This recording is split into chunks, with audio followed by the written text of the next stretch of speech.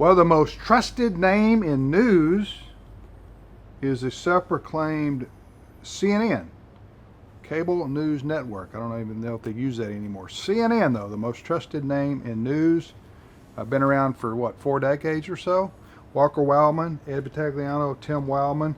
Why is CNN in the news, Ed? Well, CNN's in the news because Project Veritas, who does a lot of undercover investigations, had an undercover journalist who went on 5 kind of Tinder dates, is what it was called, with a man by the name of Charlie Chester, who's a technical director at the network, pretty high up.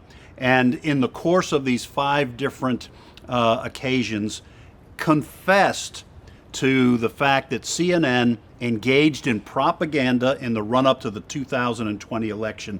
Here's one of the things he said. Now again, didn't know that this was a Project Veritas person recording him undercover. Right, he thought he was having a casual conversation. Looked like they were having drinks at a restaurant, and he's just talking. Right. But he's being recorded, and this again, this is a pretty high up guy. This is what he says about his network. He said, "Look what we did. We, CNN, got Trump out.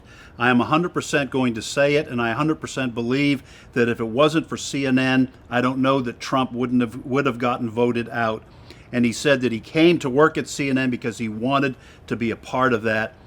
He also admitted that the network created a story out of whole cloth. You remember, some people remember the video of President Trump holding a glass of water or something. His hand shook a little bit. This guy, Charlie Chester, said, "We created propaganda to make people think he was neurologically damaged." That was his word. His words. He used the word propaganda.